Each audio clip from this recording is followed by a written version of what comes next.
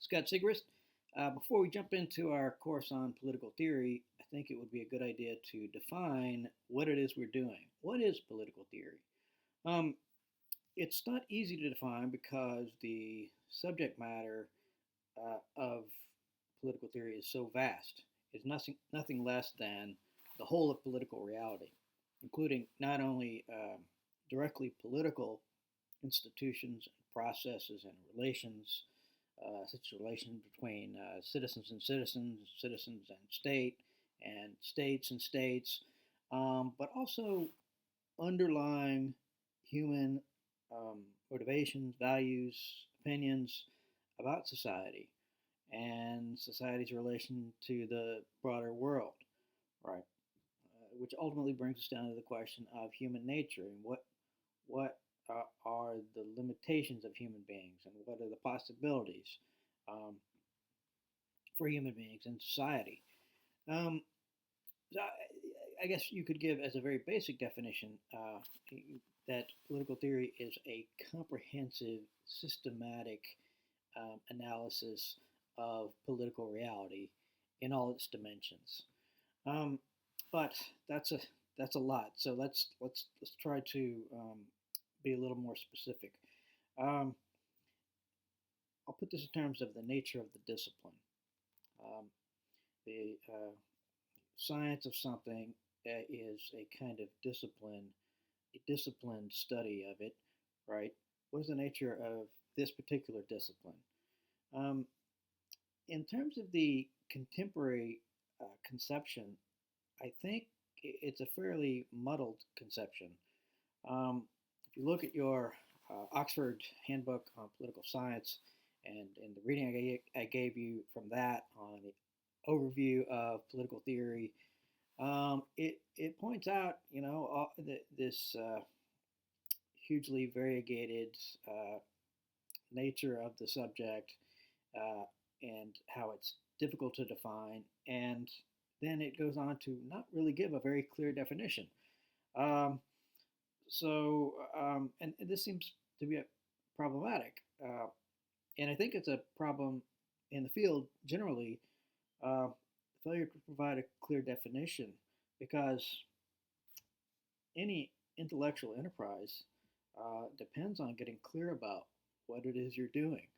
So, so I'm going to have to rely on older definitions, and for this, I will turn to the first political scientist, Aristotle.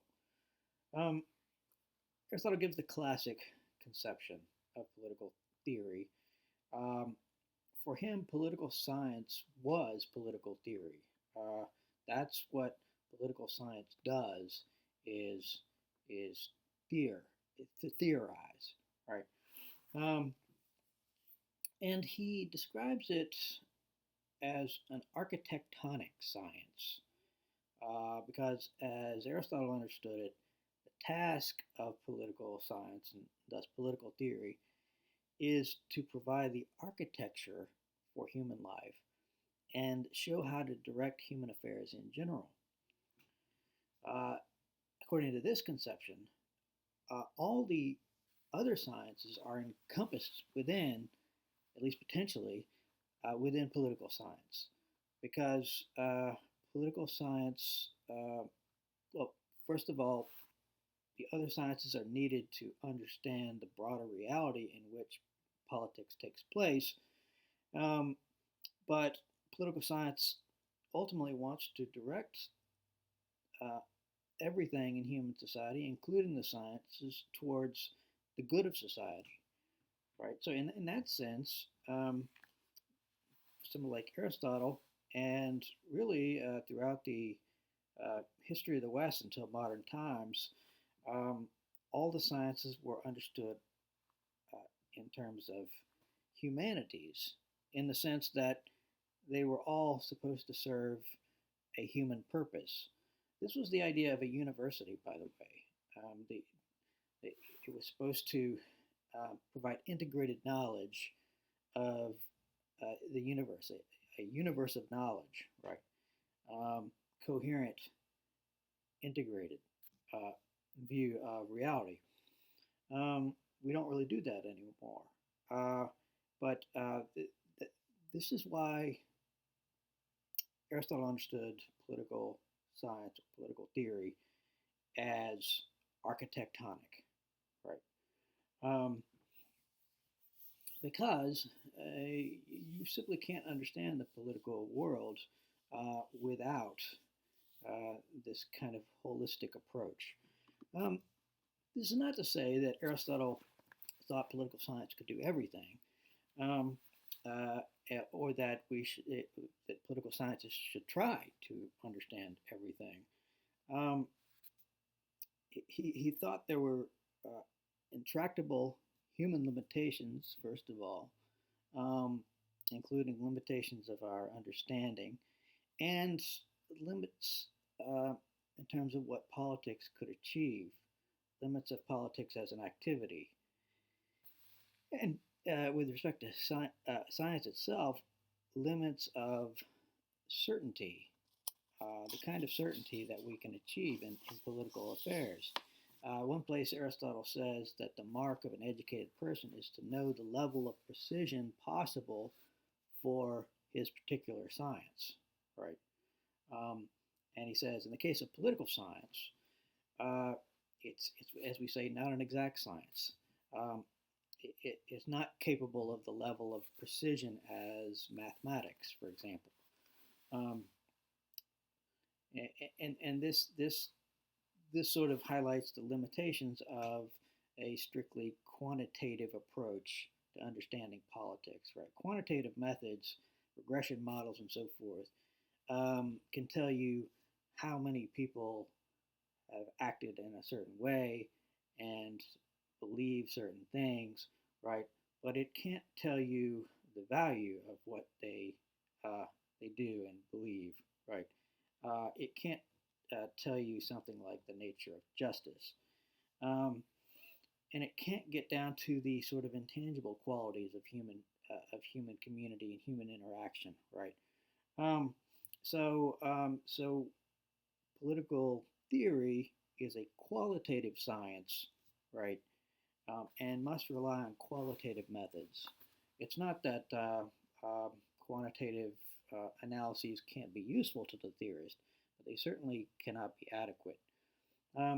Aristotle did think you could achieve objective standards for judging human affairs, um, but including standards for justice and morality. But he thought it was not possible to establish hard and fast rules for how to apply those principles. Uh, Sort of connecting the universals to the particulars, is the way he put it, is a very tricky task. Um, and so there's always a certain level of contingency and uncertainty in politics. Right. Okay, so the basic aims of political theory, I think you could break down into two basic things. First, establishing the right ends for politics, and secondly, establishing the right means, or the right kind of means, at least, right? Um, and so, in relation to the ends, the most fundamental concern has to be the good of society. Uh, what kind of good should society aim for, right?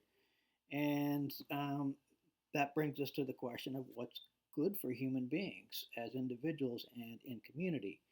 Um, this question of what's good for human beings, therefore, must be central, a central concern, um, and remain central for the political scientist, uh, as Aristotle understood it.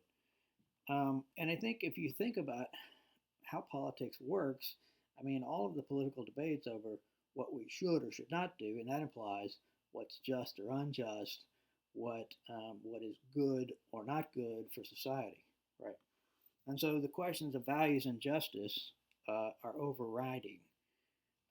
That's the ends, okay? But Then there's establishing the right means, determining in general, as opposed to particular policy um, level decisions, which have to rely on the judgment of what kind of thing will work in these kind of circumstances. Remember, the application of the principles is a lot trickier than the principles, seeing the truth of the principles themselves.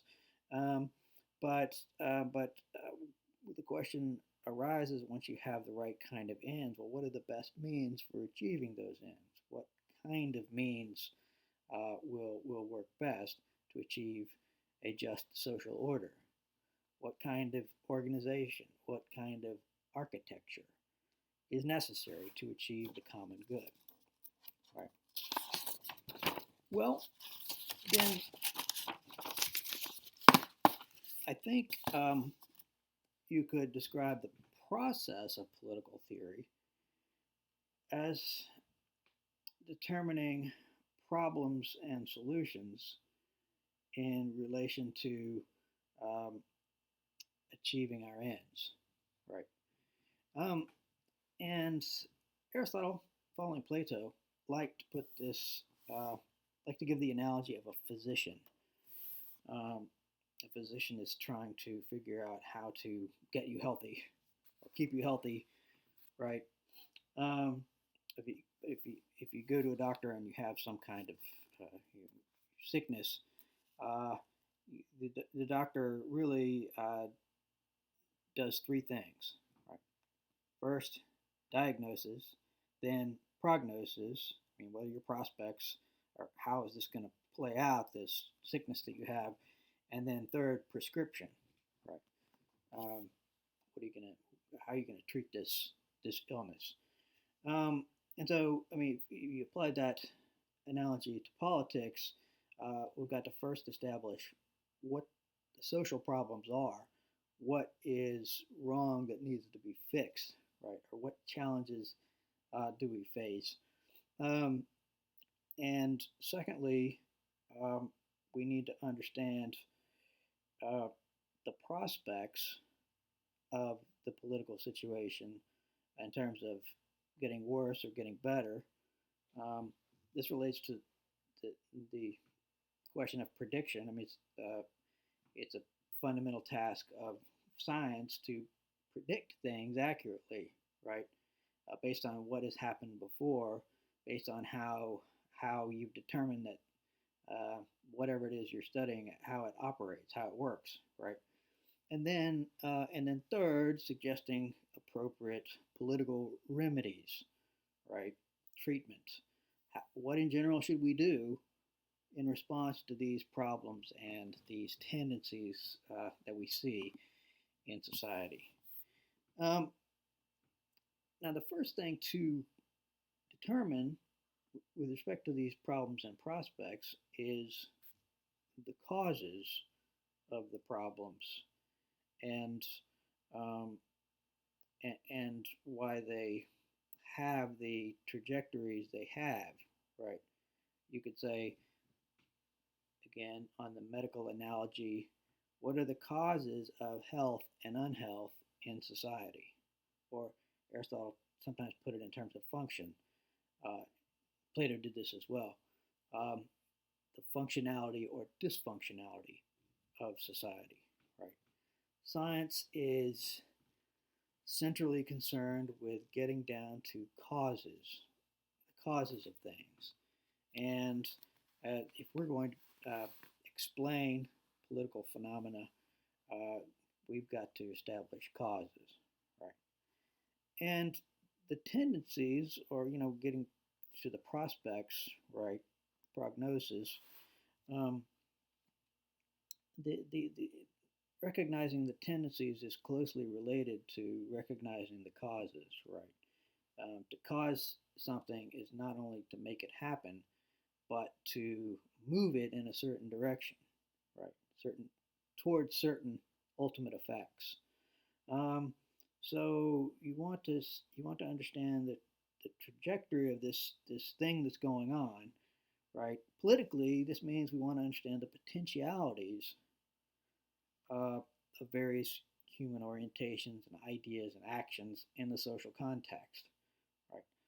And what tends to thwart or facilitate these potentialities. Right? And this leads us again to that question of human nature, how we human beings function, and what causes us to function well or badly, right? And then, in terms of proposing solutions to political problems, this suggests that we need to reflect on the fullest human potential. I mean, what kind of things uh, can happen with human beings, right? Um, both good and bad, and also on the historical success or failure of certain approaches, right? And mapping these out in sort of in general is is a task of political theory. Establishing another way you could put this, and another way Aristotle puts this, is in terms of establishing the fundamentals. Right? He said that this is something he said about the sciences is, um, in terms of teaching a science, in terms of learning a science, what you've got to get down is the fundamentals, the principles of things. Um, Once you know the principles, then you basically got the science. The rest is just working out the details. So, my job as a professor is to try to help you to come to terms with the fundamentals of the discipline, right? But I don't have to trace out all the particular applications of that. You can figure that out once you know the principles, right? Um, Let me hone in on three particular foci of the activity of political theory to flesh this out further.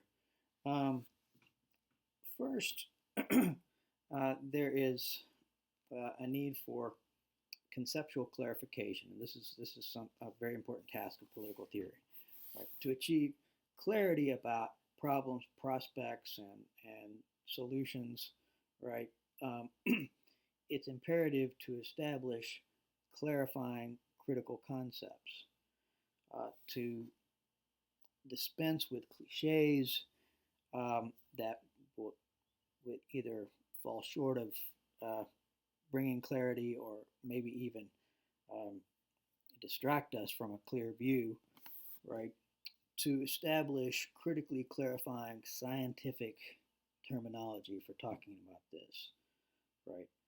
Um, so, just as one example, so to understand the politics of the left and the right, um, the terms left and right are not particularly helpful for this. They are not scientifically useful, right? Only insofar as they're placeholder names for various kind of ideas, various outlooks on life and politics and so forth. But I mean, the term left and right just came from where the people in the French um, in the French Convention during the French Revolution sat in the room, right? You know,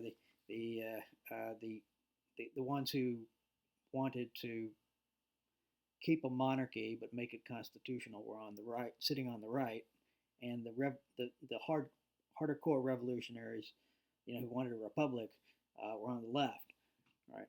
Uh, but the terms left and right don't really help you much. So, um, and certainly the way that leftists talk about people on the right, people on the right talk about people on the left, and even the way they talk about themselves, all kinds of cliches they use that we can't take as reliable indicators of what's going on. It's they have vested interest in trying to present things, in their case, as better than they may be, right? And in the case of their enemies, political enemies, worse than they are, and so forth. We want to get down to some kind of objective understanding, right? And we do this in part through conceptual clarification, getting concepts that um, really help us to see what's really going on more clearly, right? Then, of course, another focus is as I've brought up several times already, human nature, right? To determine what we should aim for and what politically and what works or doesn't work, we have to understand how human beings actually operate, right, and how we could operate at our best, right, and at our worst. Um, so you'll see that this running theme throughout, usually explicitly, but sometimes just implicitly, and sometimes not even consciously. But the question of how human beings operate is always there. Then I'll mention two more things. There's more that we could talk about, but um, these are central. Um, a third focus is on regimes, right? What you could call regime typology and regime operations. Uh, what are the various kinds of political orders? What are their structures? What are their underlying values and ideas? How do they operate? How successfully do they operate? And so on. And so here you see the overlap with comparative politics, right? Which basically is comparing political systems, political regimes, right? And if you take it down to a particular country like ours, the field of American politics is concerned with um, the dynamics of our particular regime, our brand of democracy, right? Um, and then you have last the relations among regimes, how they tend to relate to each other in general. Um, I mean, there may be certain patterns in the way the different regimes treat each other based on the kind of regimes they are, right? And then in particular circumstances, what you can expect of different regimes when they face certain kinds of circumstances, right? And this, you'll see this come out in Thucydides. I mean, Thucydides, one of the things he observes in the Peloponnesian War narrative is that within, especially within, but also to some degree between regimes, the dynamics of oligarchy versus democracy keep coming up, right? Um, and if you even look at Athens and Sparta, Athens is a democracy, Sparta is more of an oligarchy. Um, and so they operate in different ways and so forth. But and in relation to each other too. So you can see the overlap here between with uh, both regime studies, but also international relations. Um, let me give uh, perhaps a helpful analogy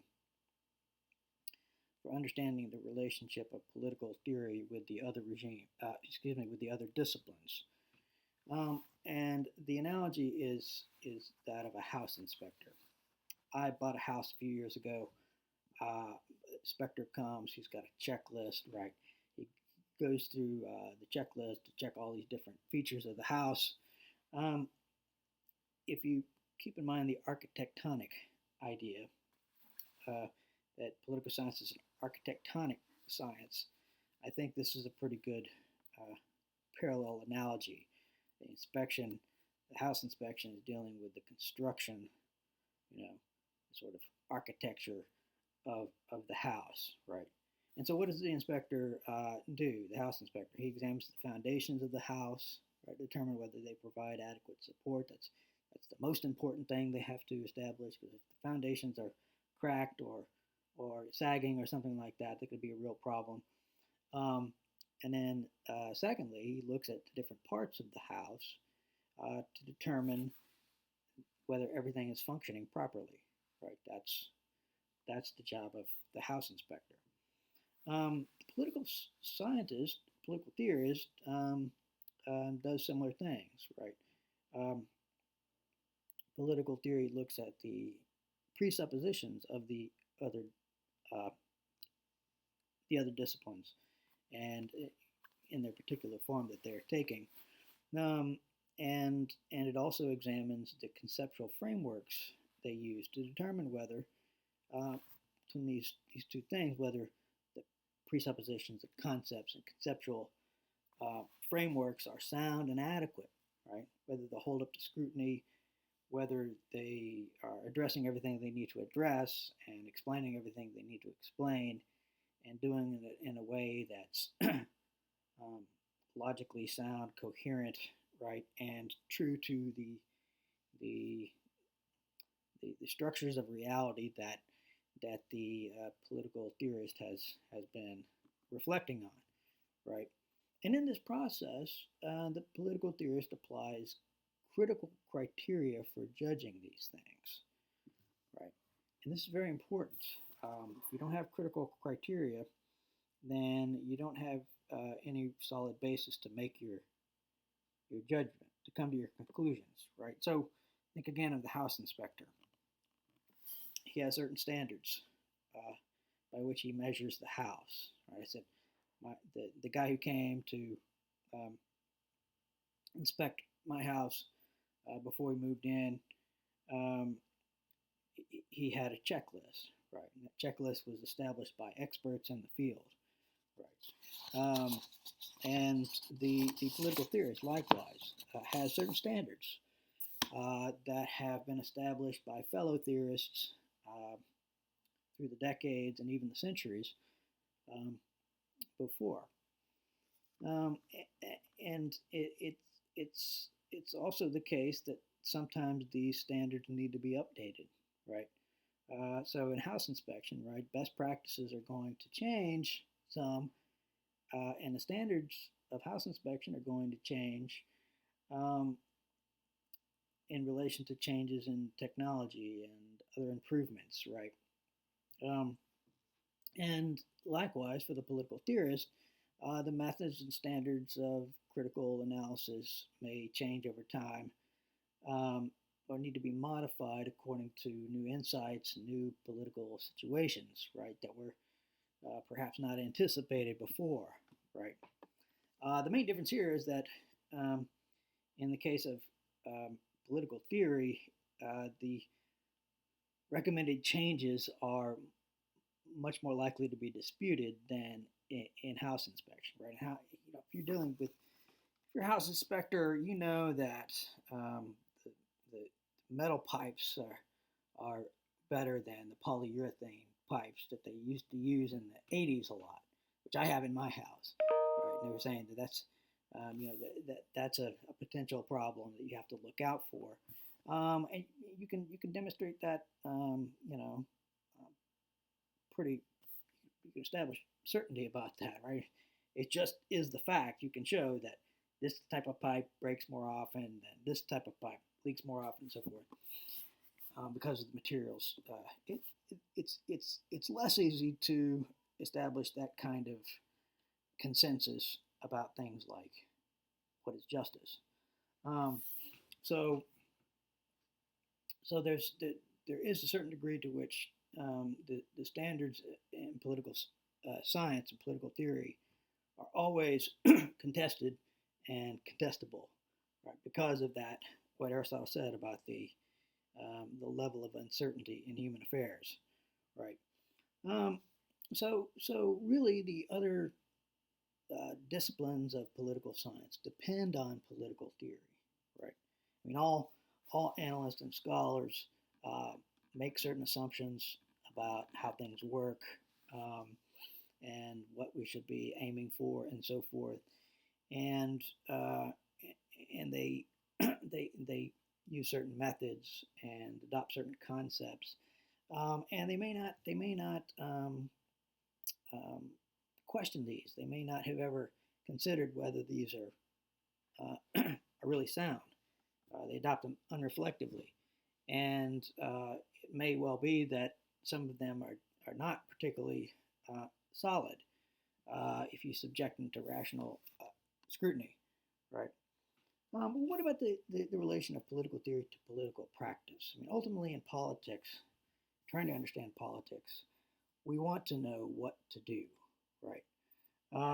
And so if political theories is not related to political practice, then it's not going to be very useful science.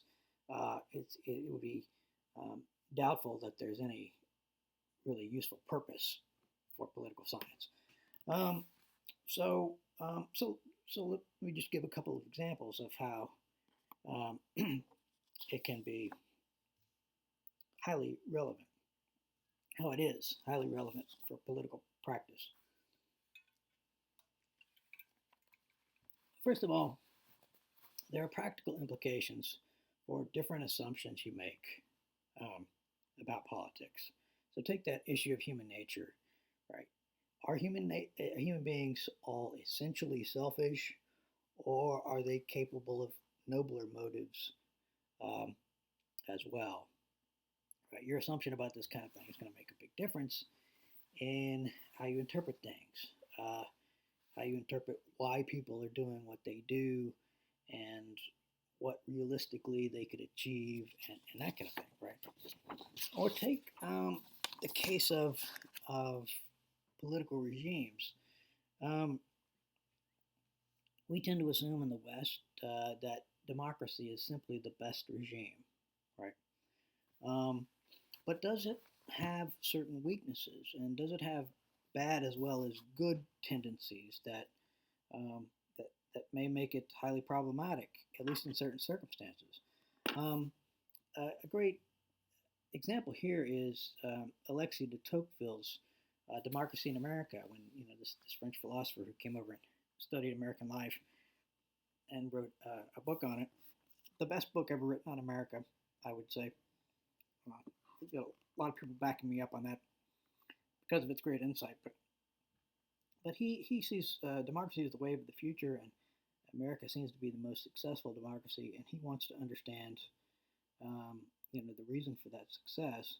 But he notices a lot of tendencies of democracy that are very problematic, such as reducing things to the lowest common denominator, for example, such as a sort of uh, irresistible tendency of majority opinion to determine things, even when it might be a faulty opinion, right, and so on. And he thinks that democracy is the wave of the future. That it's inevitable, but he thinks that it might not work that well if it's not done the right way. And he notes certain ways that Americans had counteracted some of those bad tendencies, recognized and counteracted those tendencies. And also, on the question of democracy, are all people at all times capable of democracy, or are there certain necessary preconditions for democratic practice that have to be established before democracy can work? So great example here is Iraq, right? The sort of goal of the Bush administration was to establish a democracy in Iraq, but it didn't work too well.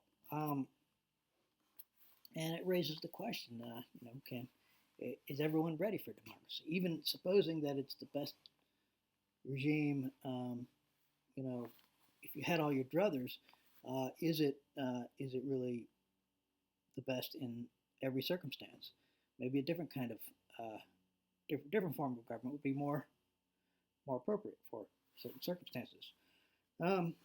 So those are the kind of things that relate to different assumptions you make, having a big significance for political practice.